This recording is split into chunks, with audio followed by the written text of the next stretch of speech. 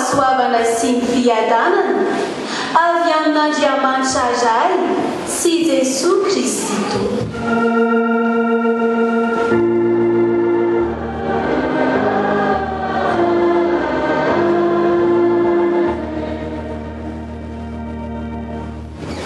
Alahady faha-1 amby 20 amin'ny Trinité aleo.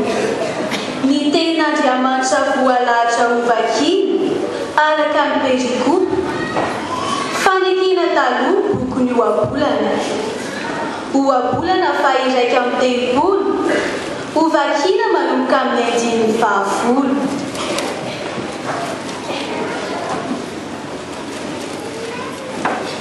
Iza no mahita vehivavy tsara, fandombana dia mihoatra lavitra noho ny voangy. Matoky azy ny fony lahy ary tsy mitsahatra ny fanambinana azy. Soa no ataon-draha vehivavy aminy fatsiratsy amin'ny andro rehetra iainana. Mizavolon'ondry sy rongony izy ary mazoto miasa amin'ny tanany. Toy ny sambony mpandranto izy ka avy any amin'ny lavitra no hitondrany aminy.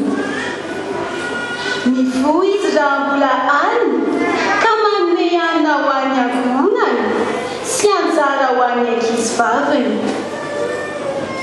Mihevitra sahy izy ka mahazo azy. Ny vokatry ny tanany no anaovany tanimboloboka. Misikina ery izy ary atanjahiny ny sandriny. Hitany fa tsara ny tombom-barony ary tsy matsitsiry mandritra ny alina izy. Mandray ny fihazonam-boavo izy ary ny tanany mihazona ny ambela. Manatsotra ny tanany amin'ny ory izy, eny mamelatra ny tanany amin'ny manitra.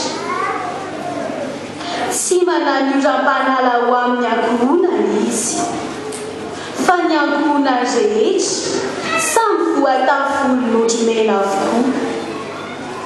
Manao firakotra ho azy izy.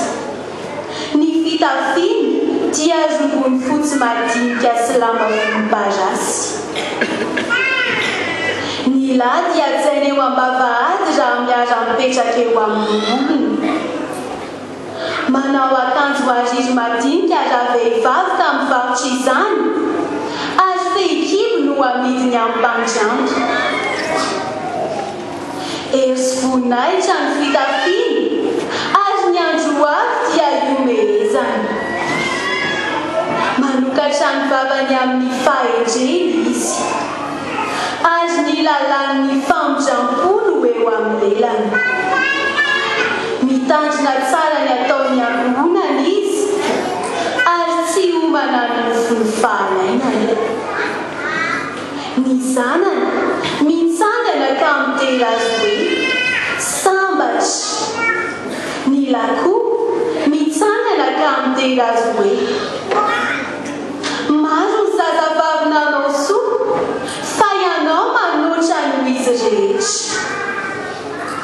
Fitaka ny fahatsaram-bika ary zava-poana ny fahatsaran-tarehy.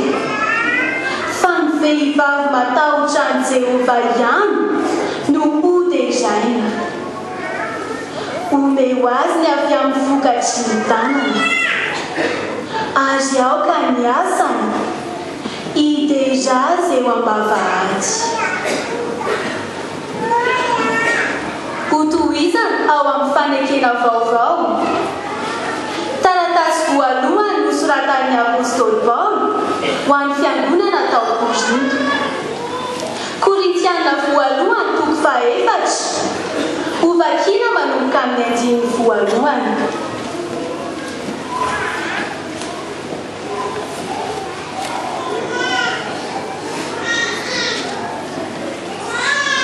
Aoka ataon'ny olona ho mpanompon'i Kristy sy mpitandrina ny zava-miafina izay an'Andriamanitra izahay. Ary raha izany dia fantatrareo fa ny mpitandrina dia tokony olona mahatoky.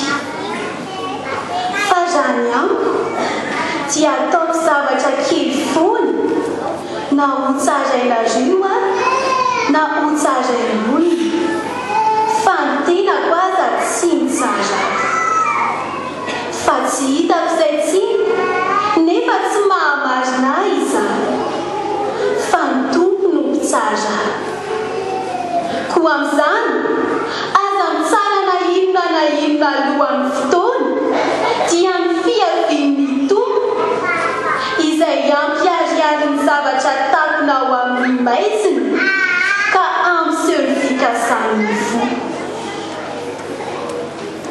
dia samy azo izay terany avy amin'Andriamanitra izy rehetra. Ho faranana ao amin'ny filazany tsaramasina araka ny Matthieu 7:20 ho vakiana manomboka amin'ny 5:9. Ary avy amin'izany no anakinana ny toriteny amin'ny anaran'i Jesosy Kristy Tompo.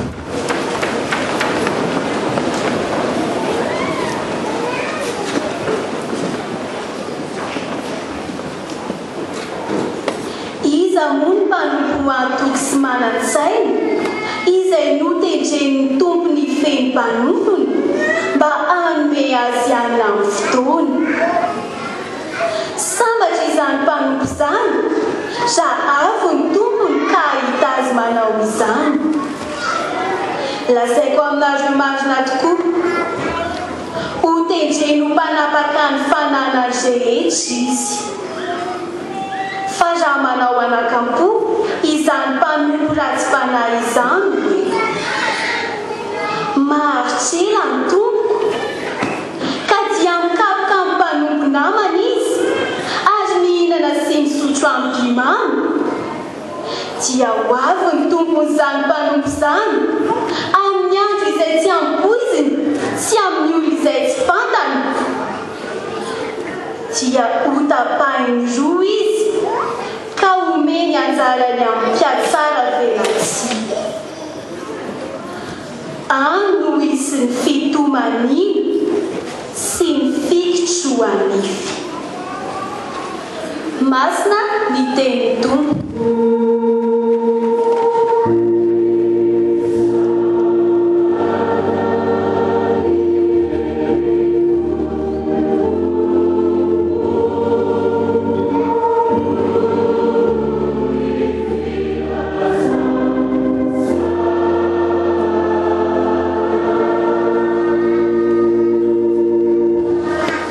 Misaotranao zahay Tompo fa mbola nomenao fotoana na ahafahanay namaky sy miaino teninao.